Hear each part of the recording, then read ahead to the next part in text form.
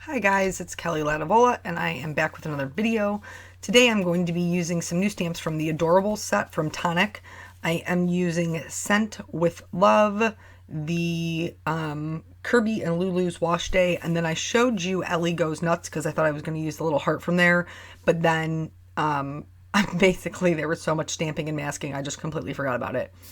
This is why I sit down and like pre-plan my cards for scenes, because otherwise they produce 28-minute videos or something along those lines. We haven't completely edited yet for the voiceover, but I know it's going to be a long one.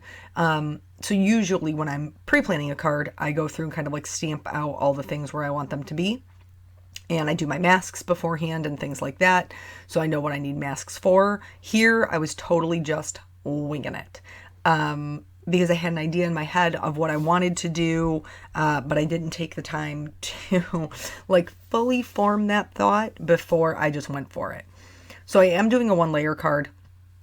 With one layer cards, you want to stamp front to back, and sometimes that can be a little bit confusing for people. So just to recap, what that means is anything that you want in the front, for instance, these flowers, like this little bouquet of flowers, I want it in front of my skunk. So I'm going to stamp that first and then mask it. Interesting thing about this particular card is I wanted my skunk to be facing my cat, and my skunk and my cat face the same direction. So in order to fix that, I'm going to be using the mirror technique. So you saw I just pulled the acetate off the back of the stamp set, and I'm going to use that to do my mirror image. I'm going to stamp that down. I'm using the Nouveau hybrid ink, which works with alcohol markers. And I'm going to stamp on the acetate, and then I'm going to carefully pick up the acetate and then push that down where I want my skunk to be. This is going to give me a very light stamped image, and then I'm just going to have to go over that with anything that is going to be alcohol safe. There's a bunch of options. There's Copic multi-liners, there's microns, there's the EK Success journaling pens, which is typically what I use. I created my mask the same way. I just stamped on masking paper using the mirror technique so that I could mask him off. I wanted him to be sitting on the little tree stump so that he would be the same height as my cat, but I also wanted him to look like he was part of the scene. Same thing with my cat when we get there. So I am stamping some of the flowers in front, so it looks like that little tree stump is kind of settled back in this flower field. So once I have that done, I only really needed to mask the one flower on the right hand side, and then I'm going to line up my stump, and here I'm putting in my little cat. You can see how much bigger she is than my skunk, which is why I needed to make him a little bit taller. I decided I was also going to put some flowers in front of my cat, so I'm using that same stamp there. I'm just going to stamp them down and then mask them. If you grew up in the 90s, I'm totally dating myself and I'm okay with it, then this little scene is probably going to look familiar to you. This little skunk that's in love with this little cat. So if you are not, let me explain to you the scene I'm creating here. So back in the 90s, Looney Tunes were cartoons that were huge. There were t-shirts everywhere. I know grown people, grown adults that have like Tasmanian devils tattooed on them. That's how huge Looney Tunes were. They just exploded. They were this huge thing. And I remember, I think I was in sixth grade. Everybody had this t-shirt that was like Bugs Bunny and the Tasmanian devil. And when you looked at it, it was the front of them, but then on the back of the shirt was the back of them. Does anybody remember that t-shirt? Tell me I'm not the only one, because everybody in my sixth grade class had it. But anywho, so one of the cartoons that was being played at the time was Pepe Le Pew. And probably was played well before that, quite honestly, which is how I picked my intro music, in case you wondered. It sounds like old cartoon music to me. So Pepe Le Pew is a stinky little skunk who is French. And he has fallen madly in love with this cat named Penelope. And he is doing everything that he can to I mean, really, if you watch the cartoons, honestly, as an adult, short of kidnapping her, he is trying to get her attention. But he thinks she's a skunk because she is the same colors as him, but she's actually a cat. So I thought it would be kind of funny to create kind of that same scene with this this cat and the skunk, and then have these two little cats up above looking down like, bro, that's a cat. Do you not know that's a cat? Because she a cat. I thought the hat was really fitting because in the cartoons, Penelope always had like these big, luxurious bows, and you know, she was just made up to be like this very wealthy cat that this skunk had fallen in love with. And so I just thought it was like a cute little idea to kind of recreate that same card. Here's where I'm going in and just kind of tracing over their lines to make my skunk the same, you know, outline as everything else. And then you can also see, if you look just to the top left of Penelope, we're going to call her Penelope because I think it's cute to give them names. Penelope's hat, there is a smudge. That is from my dirty thumb. I got ink on my thumb. I didn't realize that I had it on my thumb, and I smushed it right on my card. Now, you know I don't start over, and especially something like this, I'm like way invested. So what I decided to do was I was just going to put a little hillside behind them to continue on that grass, and then I'll be able to color right over that little smudge, and nobody will ever even know it was there. No harm, no foul. I also extended the wash line, the clothesline at the top there, with the same pen that I used to outline Pepe. Pepe? Pepe. Pepe. That's actually, funny story, sorry, we're a family, we've always been dog family, we're just dog family, we're not cat people, though we did have a cat. My sister brought home Smokey, and we did have Smokey for a while. We'll come back to the dog thing. So when you're coloring in the background, I'm using my Nuvo Alcohol Markers. When you're coloring in a large background like this, like I'm going to do the sky, I'm doing it more whimsical because that's just kind of the feel of the card. But anytime you're coloring in large areas with alcohol markers, you want to try to minimize the expanse that you're coloring. So if you can color in smaller areas first, it's going to be more smooth coverage. So that's what you can see as I'm outlining things and going over them or drawing in my clouds. I'm trying to color in those areas first so that it's just a smoother coverage. I did a lot of really large clouds. I didn't pay a whole lot of attention to their shape because I'm going to go back in with the blender pen that I showed you and use that to my advantage. So when we get to that, I'll tell you about that. But anywho, so my family's always had dogs. Had dog my whole life. We had Pepper. Yeah, he was a black lab. It was my oldest sister's boyfriend. Somebody had puppies, black lab puppies, and then they made Michelle, my sister, brought the puppies over to visit, and then pretty much my mom was just like sold on the puppies, and so that's how we got Pepper. Well, here now we're to the technique. So here with the blender pen, what I'm doing is I'm going back over the white edges, so over the blue into the white, to kind of blend those in and make them softer. This is definitely a more whimsical look. You could be much more specific with how you were drawing your clouds, but I didn't think it was necessary. Another thing that you can do with the blender pen is you can just go over the blue areas and make yourself some softer clouds. So they wouldn't necessarily be stark white like the other ones, but they would be a lighter blue and they would just look a little bit softer. So now we're going to move on to the coloring. I'm going to color pretty much everything on the bottom, just like the solid green in the background. And again, you'll see me working in those smaller areas where I can to try to, just get that more smooth coverage. The only thing I'm leaving not green, I'm coloring right over like the grasses and the stems and all of those things, just not, the flowers or the other images. So anyway, that's how we got Pepper. And Pepper chewed everything. Apparently, somebody told my father at some point, like either labs are chewers or they're not. And Pepper was a chewer. He chewed everything. Everything. like where the carpet would meet the tile. He chewed that back.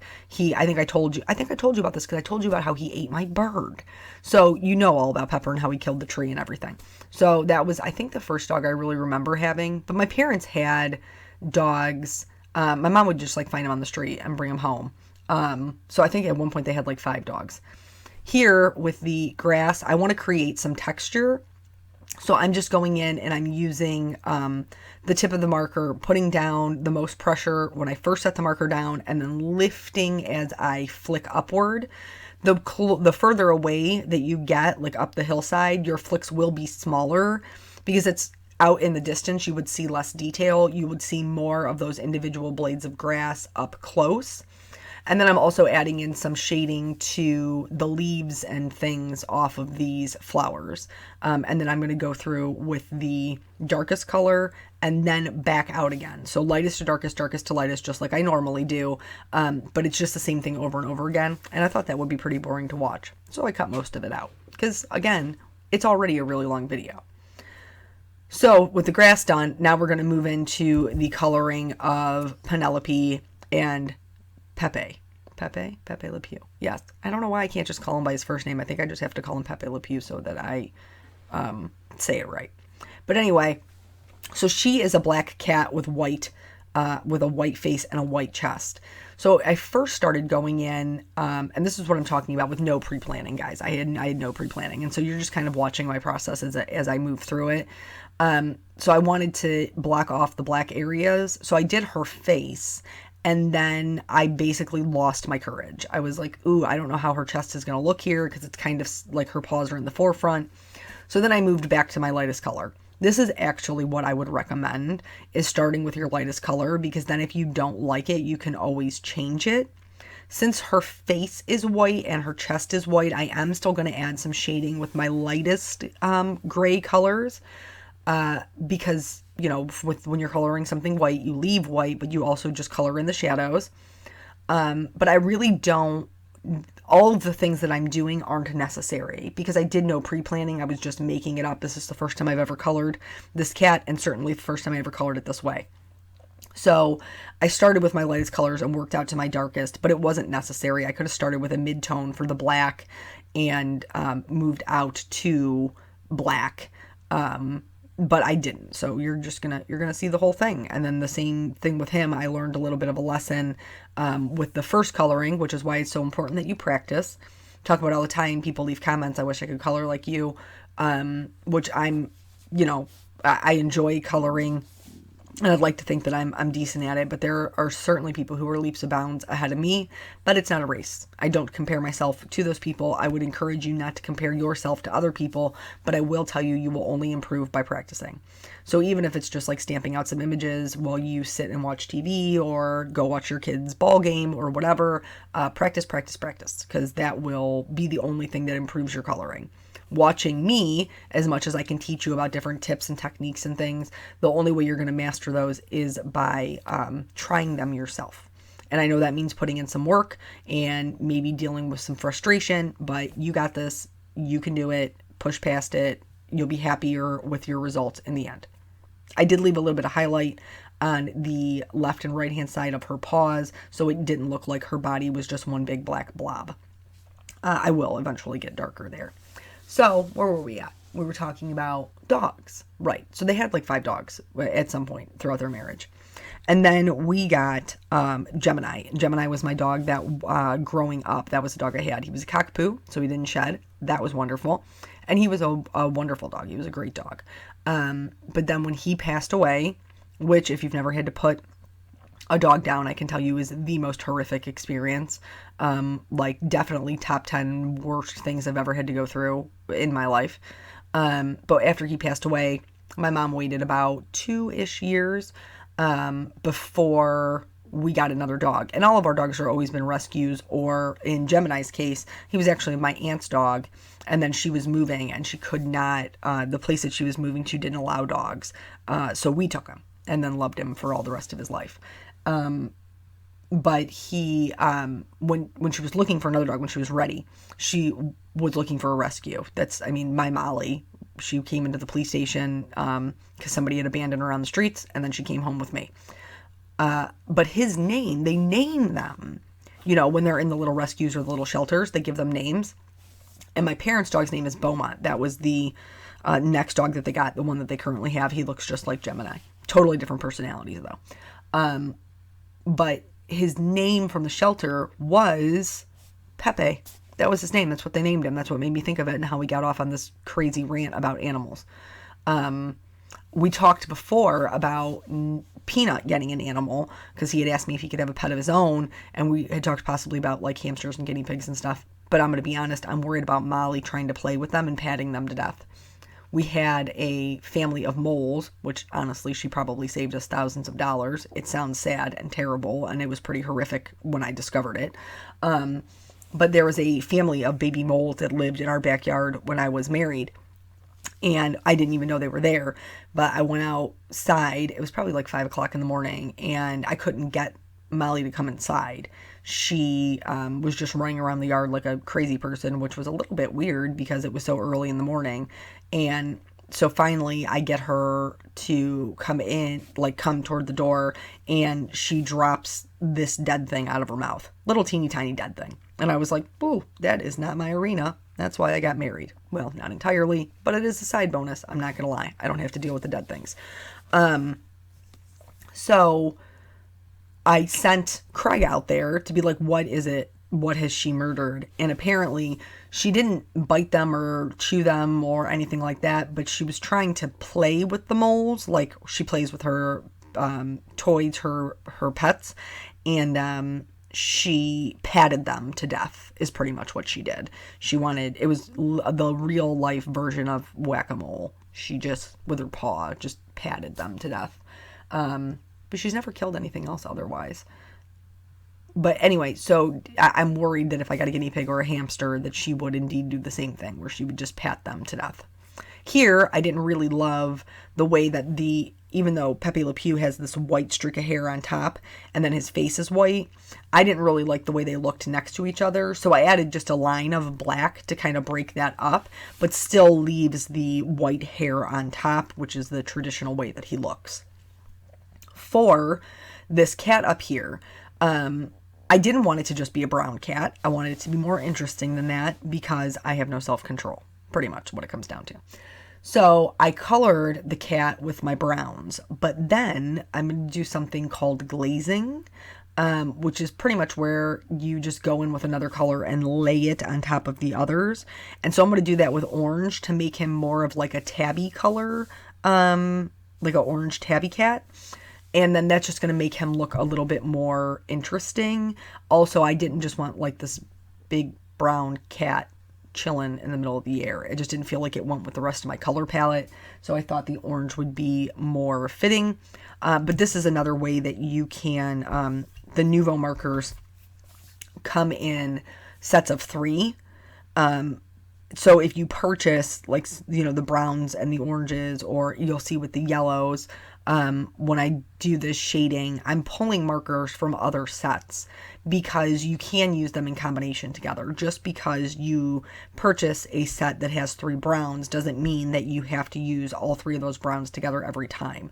Your browns will work with your yellows, your browns will work with your oranges, your browns will even work with maybe some of your grays if you need, you wanted to make a critter like two-toned.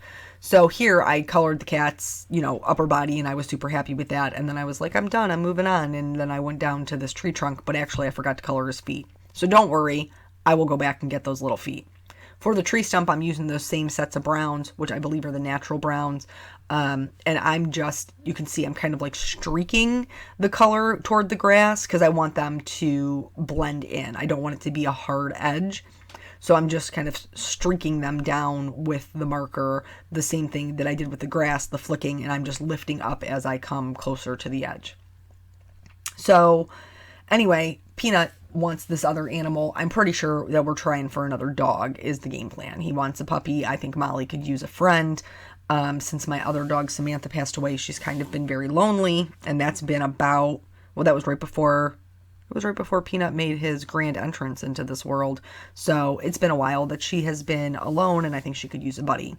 So we are on the lookout for that. He keeps asking me if I found anything, but I want to rescue. I just have to be particular because I need a rescue that's good with other dogs, and I need a rescue that is good with small children. So that makes it a little bit more challenging. And I may end up having to get a puppy and, just start from scratch, if you will. And if that's the case, then that'll be what it is. Thankfully, Eric and I are both dog people, so that won't be something that is an issue. When I was, like, some people are just not animal people, and that's okay. That means more animals for me to love. No, but seriously, my ex-husband did not grow up with a dog. They had one for, I think, like a month. And it just wasn't something that he needed or wanted. Like, he knew marrying me that we were going to have a dog because I had always had dogs and I loved them. So it wasn't anything that he, I guess, was opposed to. He loved Molly. But it just wasn't the same. The connection wasn't the same. And so then when we got Samantha, who was my sister's dog, we had 2 dogs, and he was like, we'll never have 2 dogs again. Because it is a lot. And if you have multiple animals, it's you love them, and there's that give back, but they are, a little bit of work. They just are. So thankfully, Eric is also a dog person, so that makes the work a little bit less daunting because I know he wants to be a part of that, and having a dog, having his dog. So we'll just see. We'll see what God sends down the pipe for us as far as Peanut getting a dog. But I feel bad because I keep having to tell him I haven't found anything yet. But I just, when it's right, it'll be right. And apparently now is not the right time, and that's okay. So I used the pinks for her hat. I'm going to use those same pinks for some of the flowers. I'm going to try not to show you the entirety of all the flower covering because it's the same thing for everyone. Darker towards the center, lighter on the petals. For these larger flowers that are stamped in the field, I'm just filling them in with the lightest color, doing one flick of the mid-tone, one flick of the darker color, and then blending them back out in the reverse order, just like usual. And I'm going to do that for the pinks, the yellows, and the purples. I can't remember what part I left in because this video has taken me like 3 days to edit. I'm not even going to lie. I'm going to just continue those same colors up with the laundry that's up top here with the little stocking, and I think it's a shirt. I think it's a shirt that other cat's in. I'm not really positive. I'm not going to lie to you. Maybe some pants. Might be some pants. But just so that there's some continuity, I'm going to carry those same colors upward. I think it was just a cute little, little story, a little play on the whole Looney Tunes thing that I had from growing up. My favorite Looney Tune was actually Tweety Bird. And I had Tweety Bird shirts and all of those things forever. What was my sister's? I can't even remember. Oh, hers wasn't a Looney Tune. Hers was Hello Kitty. Hello Kitty was her big thing. But when she was younger, I told you in a couple of videos ago, like, we kind of get our artistic side from my father. And my sister Kim used to draw all the time when we were younger. And she could do a Marvin the Martian like nobody's business. She could just whip that thing out. She had drawn it so many times. I didn't really start experimenting with drawing on my own until probably within the last 2 to 3 years, honestly. I just felt like, I couldn't draw. That wasn't my thing. And then I decided it was something that I wanted to learn. So I started watching those types of channels, watching those types of YouTube videos, just like I did when I wanted to teach myself how to color with alcohol markers, and then just practice. So I do have a little journal. I really would like to be able to draw people. So I've kind of done some flowers and some abstract things like that. But I would really like to learn how to draw people. So that's currently what I am working on. The first one that I ever drew, I started with learning how to draw eyes, and I still have not mastered that. Straight up have not. but I feel like it's the most important thing. To be able to learn how to draw on somebody's face. So I started with that, and I did a couple of different sets, and then I decided I was ready to put a whole head on it. And then I did, and my girl looked like a man. She did. She looked very, very masculine. I don't, in hindsight, I think maybe I squared off her jaw too much. But anyway, those are things that I don't share because, well, like, I love card making and it is a stress reliever for me, and especially be able to just sit down and color and not really think about anything. It has also become a third job for me. As you guys well know, we're sitting here on YouTube together, right? So sometimes I need something that I can just sit on the couch and do, and I don't have to worry about making a video for, or I don't have to worry about what the end product is going to look like, because nobody's depending on me to make it look good. You know, it's just something that I can just do for myself while Eric and I are, you know, watching TV or watching a movie, or Peanuts outside playing. And like, I obviously need to be present to make sure that he's not doing anything he shouldn't be, or anybody who shouldn't be in the area is not in the area. So that's just a little sketchbook to just take with me, makes that easy for me. So that's fun. Here with these purples, they're called Palma Violets, I think is the name of the set. I was having a little bit of trouble blending the lightest color. So what I did was I went over all of it with my mid-tone, and then I went back in with my lightest color and almost like lifted or removed the color with the lightest marker. And I liked that result much better. I felt like I got a much better blend. And some colors are just like that. Sometimes you just gotta finagle a way to work with them. Here's those yellows that I was talking about. And they aren't part of a set. 2 of them are from the Sunshine Yellows. 1 of them is from the Honey Amber set. But I liked the way that it shaded my yellows. So I did all of the flowers already. Just kind of cut that part out since you've seen it now multiple times. And then I'm just going to do a little bit of shading already with the wrinkles that are already there. Yellows, these yellows are close enough together that they're pretty easy to blend. I didn't really do any other blending. I just put the colors down. So now here, we're all said and done. I did go back through and outline my images because that is something that I like to do, but it is not necessary. And then I'm going to stamp the sentiment, which is punny and very cute. And it says, I odor you, I adore you, I odor you. It's so cute. Anyway, I did go in with a white gel pen and just kind of added some highlights into that. I also added some patterns onto the laundry. And then the last thing that I'm going to do is go in with these Nouveau Dream Drops. So I have the 3 colors that match my flowers already. I have a pink, like a goldish yellow, and a purple. And I'm just putting little dots of these all over the field, which will give the illusion of it being filled with flowers without me having to draw with the markers every single one of those. So that's super helpful. I also added centers with the gold to all of my flowers and the flowers in his hands. And then that is it. That's the whole video. So if you hung out until the end, God bless ya. Thank you so much for joining me, and I will catch you on the next video. Bye.